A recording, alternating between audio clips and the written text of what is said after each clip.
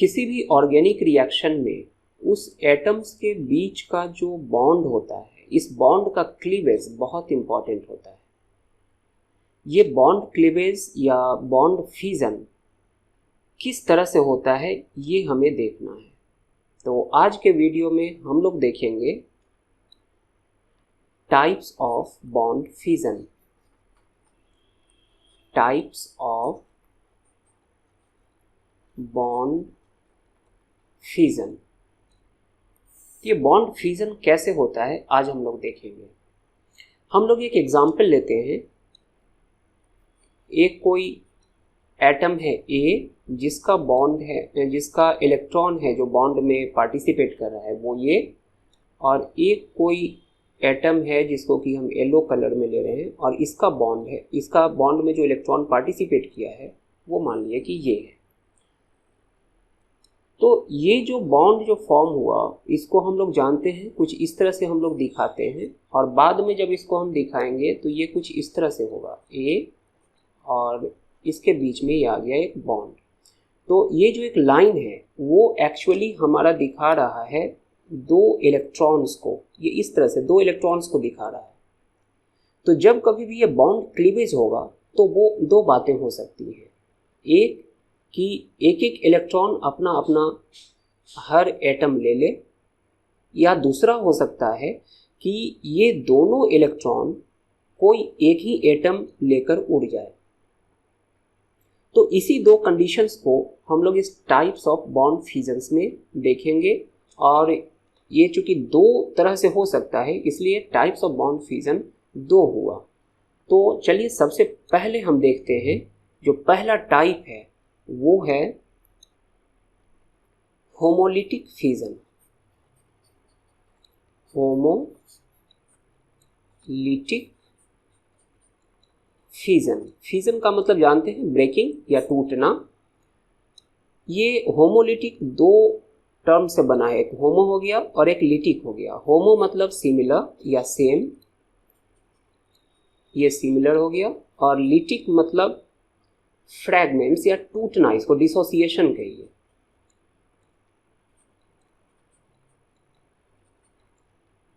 तो similar dissociation अगर हो मतलब उसमें जो फ्रैगमेंट्स बना वो सिमिलर हो, इस लिटिक को हम लोग फ्रैगमेंट्स भी कह सकते हैं। तो अगर वो सिमिलर फ्रैगमेंट्स अगर हो तो उसे होमोलिटिक फ्यूजन कहते हैं। और इसी तरह से एक दूसरा हम लोगों का होगा हेटेरोलिटिक फ्यूजन। Heterolytic fusion. यहाँ भी हेटेरोलिटिक में हमारा दो टर्म्स आ गया है कि हेटेरो और एक लिटिक। हेटेरो मतलब डिफरेंट, ये डिफरेंट हो गया, और ये फ्रैगमेंट्स या डिसोसिएशन हो गया। तो जब डिफरेंट डिसोसिएशंस हो या डिफरेंट फ्रैगमेंट्स बने तो उसे हम लोग हेटेरोलिटिक फ्यूजन कहेंगे, और जब सिमिलर फ्रैगमेंट्स बने तो उसको हम लोग होमोलिटिक फ्यूजन कहते हैं। अब चलिए बारी बारी से इस दोनों को हम लोग अलग अलग देखते हैं। सबसे पहला है होमोलिटिक फ्यूजन।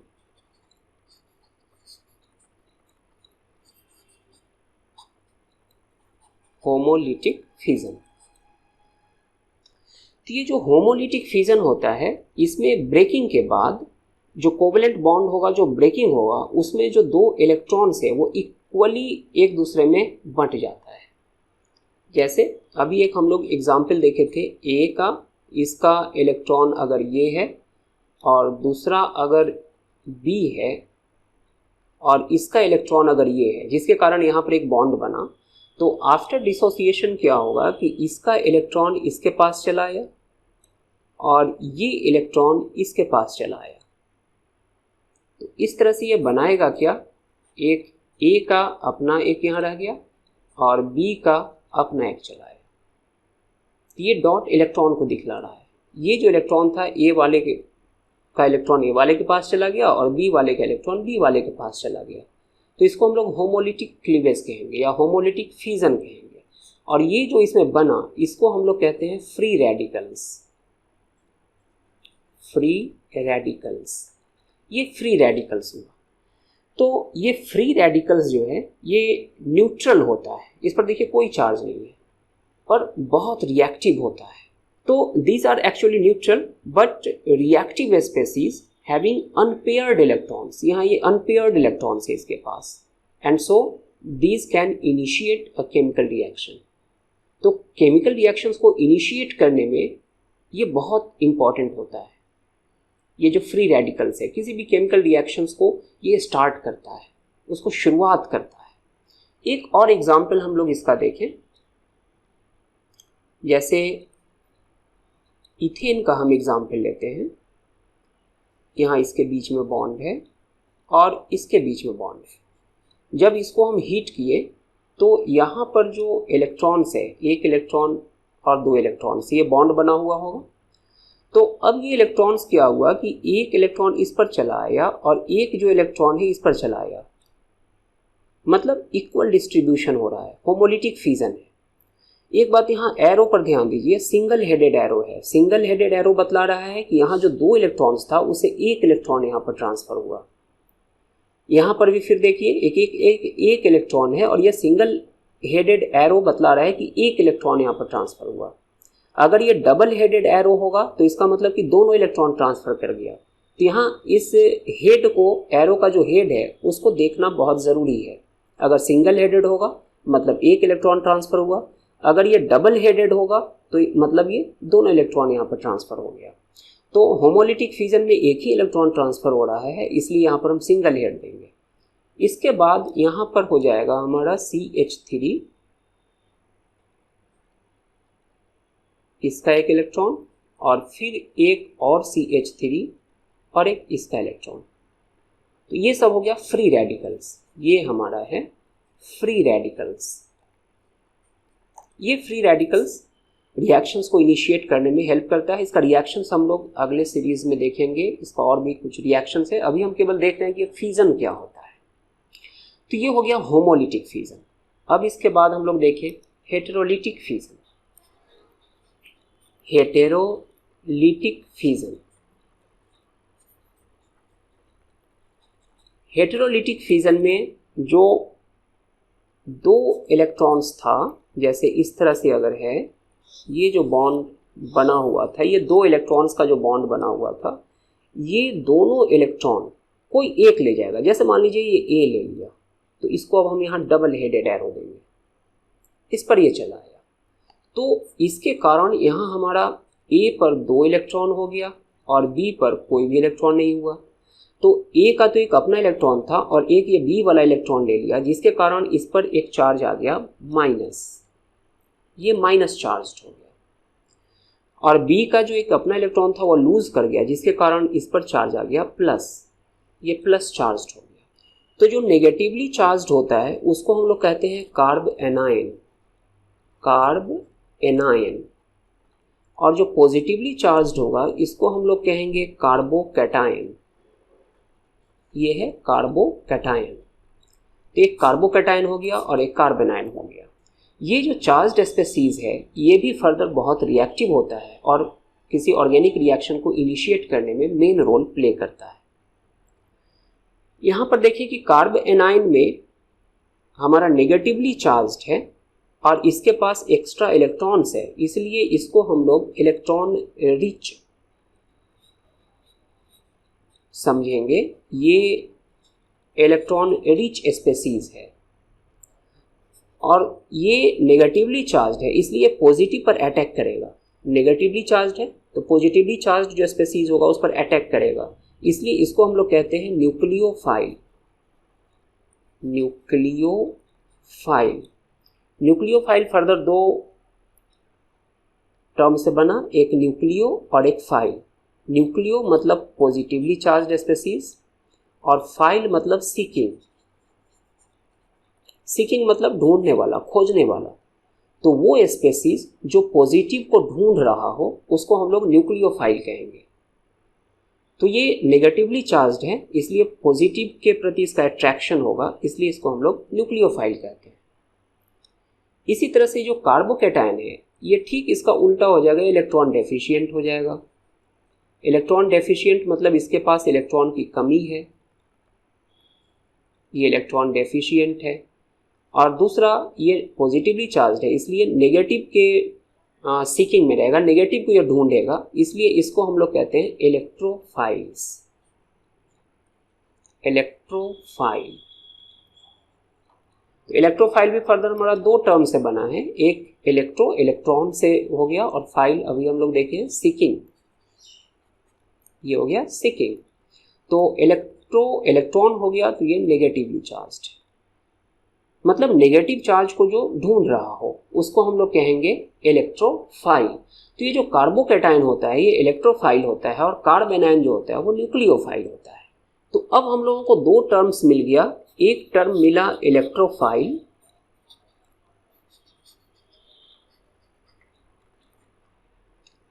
और एक टर्म मिला हमें न्यूक्लियोफाइल्स। तो सबसे पहले देखिए इलेक्ट्रोफाइल्स क्या होता है। तो दीज आर इलेक्ट्रॉन डेफिशिएंट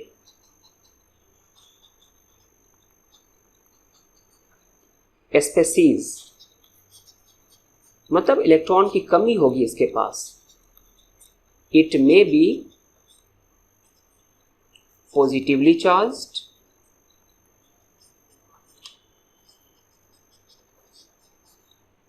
और इट मे बी न्यूट्रल। ये कुछ शॉकिंग है, न्यूट्रल कैसे होगा हम लोग देखेंगे अभी इसको।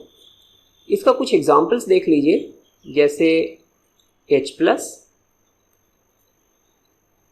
NO2+ and the neutral one BF3। तो ये न्यूट्रल एक हो गया, यहाँ पर हमारे पास एक न्यूट्रल आ गया। ये न्यूट्रल है जो इलेक्ट्रोफाइल है। इस सब का तो समझ में आ रहा है कि चलिए इस सब पर पॉजिटिव चार्ज है इसलिए इलेक्ट्रोफाइल है, पर ये इस पर कोई चार्ज नहीं है, न्यूट्रल है, तब ये कैसे इलेक्ट्रोफाइल हो गया। इसको देखें, इसके लिए हमें इसका स्ट्रक्चर देखना पड़ेगा। जैसे बोरॉन के पास 3 इलेक्ट्रॉन्स है वैलेंस शेल में, 1, 2 और 3। ये फ्लोरीन से रिएक्ट कर रहा है, फ्लोरीन के से कंबाइन कर रहा है, तो फ्लोरीन के पास 7 इलेक्ट्रॉन्स है। फ्लोरीन को हम डिफरेंट कलर में ले लेते हैं। ये फ्लोरीन के पास 7 है, 1 2 3 4 5 6 एंड 7। इसी तरह से यहाँ का फ्लोरीन, इसके पास भी 7 है, 1 2 3 4 5 6 एंड 7। फिर इधर एक फ्लोरीन, हमारे पास 3 फ्लोरीन है यहाँ पर, 1 2 3 4 5 6 एंड 7। अब देखिए इस फ्लोरीन का कितना इलेक्ट्रॉन्स हो गया, 6 to 8 इलेक्ट्रॉन्स। इस फ्लोरीन का भी देखिए 8 इलेक्ट्रॉन्स, इस फ्लोरीन का भी देखिए 8 इलेक्ट्रॉन्स। तो तीनों फ्लोरीन का ऑक्टेट पूरा हो गया। पर जरा इस बोरॉन का देखिए, क्या इसका ऑक्टेट पूरा हुआ? 1 2 3 4 5 6, इसके पास 6 इलेक्ट्रॉन्स है, मतलब इसको 2 इलेक्ट्रॉन्स हमें और चाहिए, तब जाके इसका ऑक्टेट पूरा होगा और ये स्टेबल होगा। इसका मतलब क्या कि ये इलेक्ट्रॉन डेफिशिएंट है, ये इलेक्ट्रॉन डेफिशिएंट स्पेसीज है। तो ये इलेक्ट्रॉन डेफिशिएंट स्पेसी है, इसलिए इसको इलेक्ट्रॉन चाहिए, और इसको जब इलेक्ट्रॉन चाहिए तो इसलिए ये क्या हो गया, इलेक्ट्रोफाइल्स हो गया। तो ये कुछ एक्सेप्शंस है जो कि हमको बीच में मिलता रहेगा, और प्रैक्टिस से आपको पता हो जाता है कौन इलेक्ट्रॉन डेफिशिएंट है और कौन इलेक्ट्रॉन सरप्लस है। नेक्स्ट हम लोगों को जो टर्म मिला वो है न्यूक्लियोफाइल। तो these are electron rich species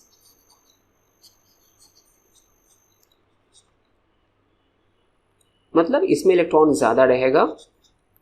it may be negatively charged